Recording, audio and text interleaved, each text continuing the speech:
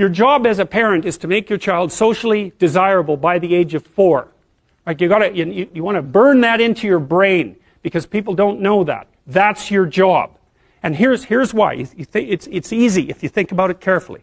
So you imagine you've got a 3-year-old child and you take that child out in public. What do you want from for the child?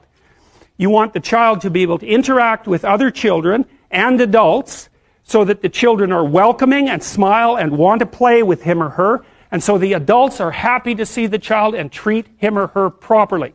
And if your child's a horrible little monster because you're afraid of disciplining them or you don't know how to do that properly, then what they're going to do is they're going to experience nothing but rejection from other children and false smiles from other parents and adults.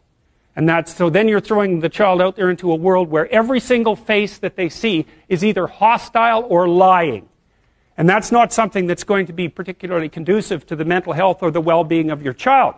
If your child can learn a couple simple rules of behavior, like don't interrupt adults when they're talking too much and pay attention and try not to hit the other kids over the head with the truck any more than is absolutely necessary, and share and play properly, then when they meet other kids, the kids are going to try out a few little play routines on them, and that's going to go well, and then they're going to go off and socialize each other for the rest of their lives. Because that's what happens, is that from 4 years old onwards, the primary socialization with children takes place among other children.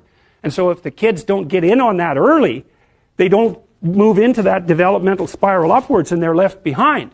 And then the peers leave them behind, and then those kids are alienated and outside the peer group for the rest of their life.